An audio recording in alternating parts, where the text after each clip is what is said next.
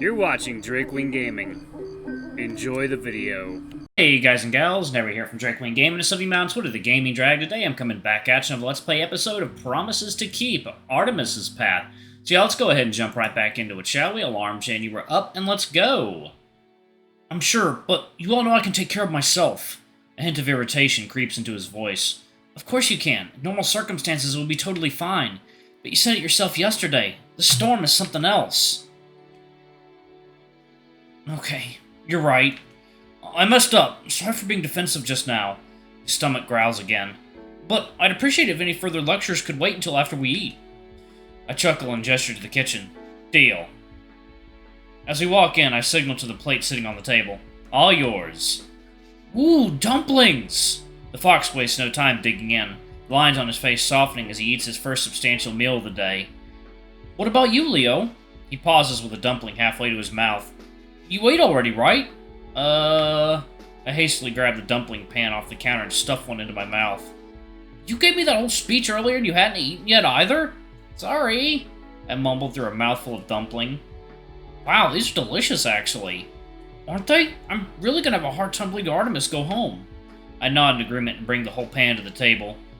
You don't have to sit with me, you know, he says in between bites. If you'd rather hang out with the others, I shrug. I haven't seen you all day, and I want to hear how things were out there. Theo nods and gulps down a long drink of water. Folks are hanging in there. There's a few more houses I'm not completely sure about, but... He grins sheepishly and lowers his voice. I'm starting to feel a little faint, to be honest. I didn't really eat breakfast either, I just had a cup of coffee and a half a scone. I know, don't look at me like that. Breakfast is usually optional for me, I'm just never hungry in the mornings, that's all. I never skip lunch or dinner, though, not when things are normal anyway. He pauses a moment, rolls his shoulders, grunting as the joints pop softly. Yeah, I guess I wore myself out today. Lots of folks needed help shoveling or carrying stuff. Maybe you should take the day off tomorrow. Theo laughs heartily and picks up his fork again. Maybe I should. It's pretty typical of me to be the only one working all day in a snowstorm. I realize that I have no idea what Theo's job is. Must be something lucrative with a house like this. If you don't mind my asking, what do you do for a living? Normally. Well, I'm afraid it's nothing fancy. I run a local maintenance company. You know, plumbing, electrical, HVAC, stuff like that. Normally we'd be busy around this time, but the storm has obviously put us out of work. Can't make house calls if the streets are buried. Cool. I guess it explains this huge house if you own the company. Theo blushes and scratches the back of his neck. Well, not so much. I could never afford this place under normal circumstances. This is my aunt's house, remember? Almost every nice thing I have I inherited from her. Running a small business is tough and doesn't make as much as you'd think. The only reason corporate CEOs are so rich is because of worker exploitation and unethical business practices.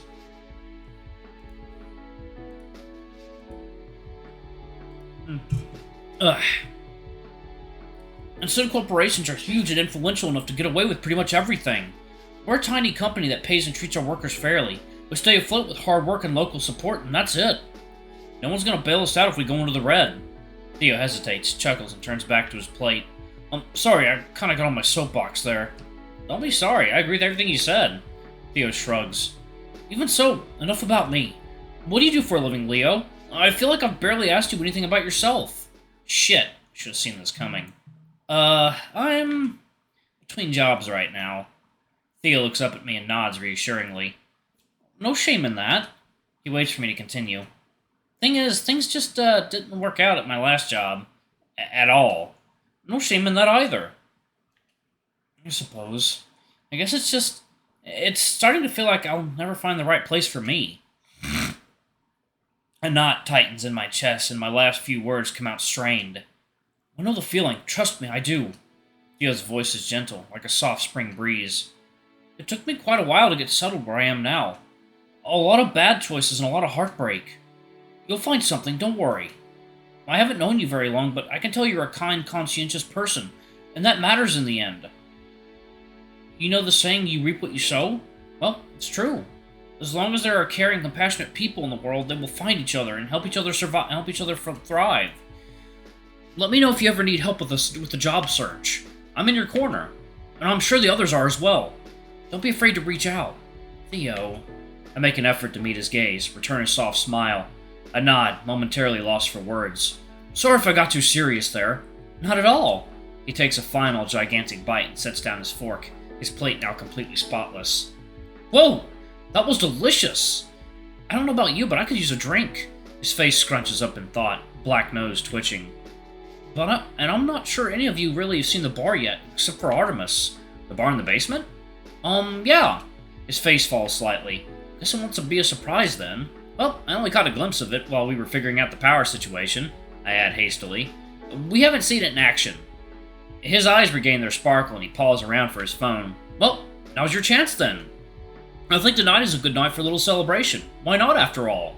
He types a quick message into the group chat and I scroll through the various gifts to locate it. Hey y'all, if you'd fancy a drink or just want to hang out, come down to the basement and see the bar. Here, you can be the first to really see it. Theo stands and motions me towards the basement door. I follow him down the stairs and Theo switches on the lights. I'd only seen a fraction of it earlier, so now I take my time to examine the space. It's a little chilly, but spacious and comfortable. My eyes are immediately drawn to the pool table by the stairs, complete with a sufficiently fancy lamp. Next, I focus on the old-fashioned jukebox, glimmering gently in one corner of the room.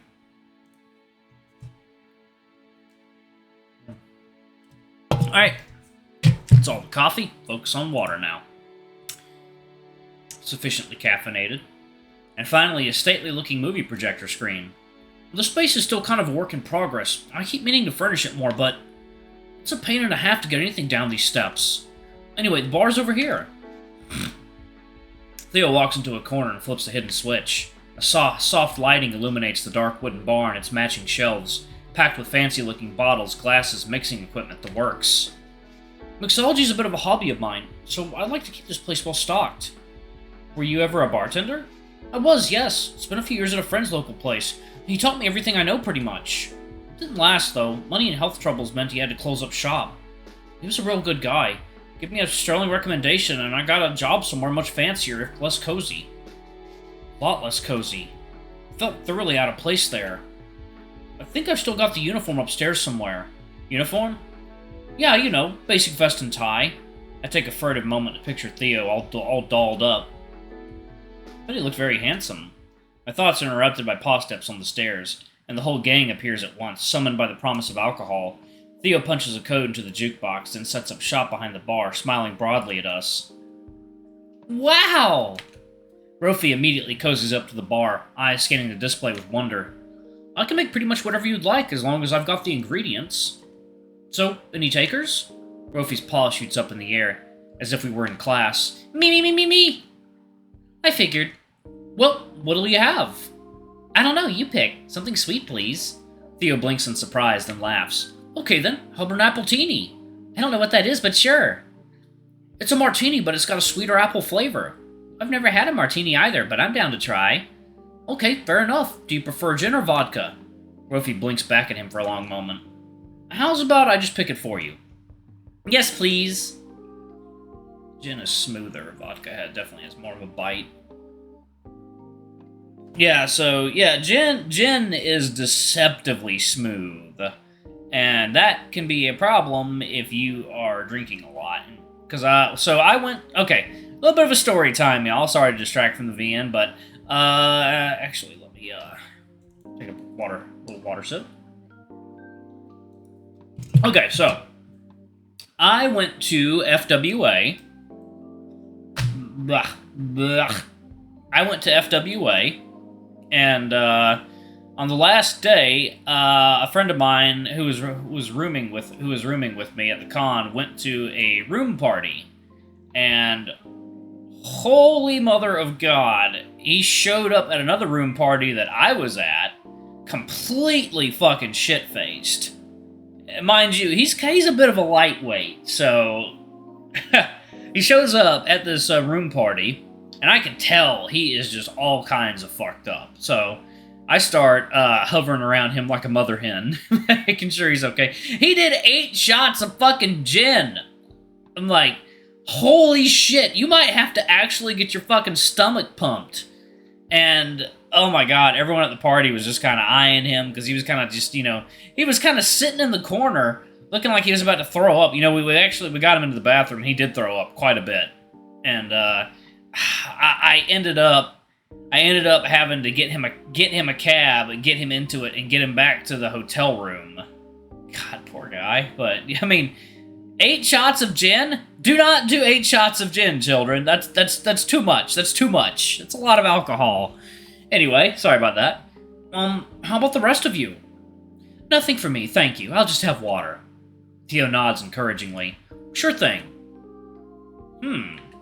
Hunter's bright eyes flick back and forth between Theo and the array of bottles. Yeah, alright, I'll have a little something, as a treat. There's no pressure, of course, if you'd rather not. Nah, I'm down, just, counting calories. Give me a shot of vodka, please. Hey, alright, a true college man. Theo teases, starting to tinker behind the bar. Ollie, anything for you? I'd have a mojito if that's okay. If you have the ingredients, I mean. If not, then... Theo cuts him off gently, looking over his shoulder with a smile. No trouble at all. Nice and easy to make. Ollie nods in gratitude and maneuvers himself onto a bar stool, gracefully draping his tail over the back. And last but certainly not least, Theo's eyes meet mine and he grins playfully. What's your poison, Leo? What did Artemis grab? Water. Okay.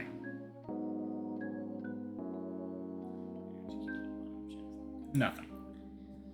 I'm actually good, thank you. I hook a thumb at Artemis. I'll have what he's having. Water it is, then. That's the one thing we've got on tap. Artemis nods approvingly. Good choice. This place serves the best water in the city.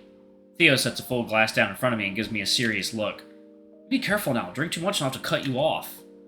Relax. We drink this stuff every day. Theo attends to everyone's request quickly, and soon after, everyone settles in with their drinks. The light chatter around me is pleasant. I can't remember the last time I was surrounded by such friendly faces.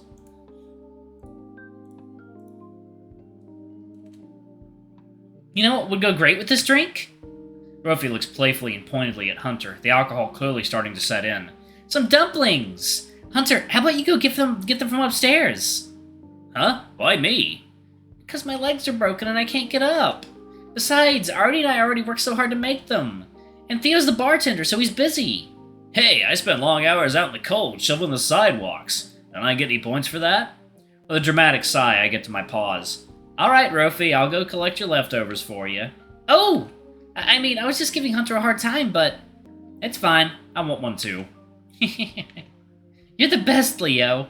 I smile at him and head upstairs.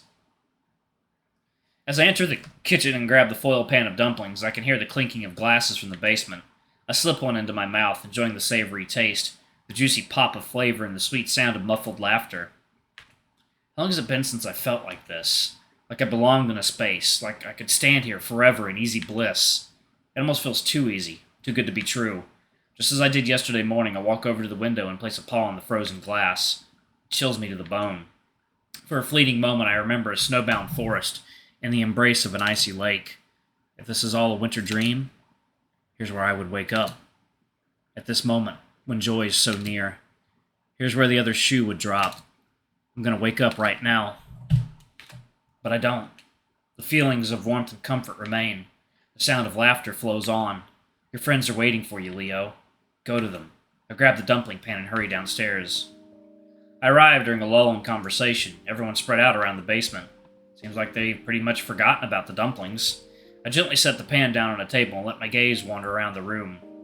Our gracious host Theo is still serving drinks behind the bar. He keeps a diligent but tender eye on his guests. Alright, y'all, I'm going to go ahead and pause it right there. Thank y'all so much for watching. Don't forget to like, comment, subscribe, ring that notification bell, and check out our Patreon and our YouTube memberships if you can. It always helps. Anyway, I love you all, and I'll see y'all in the next video. Bye-bye!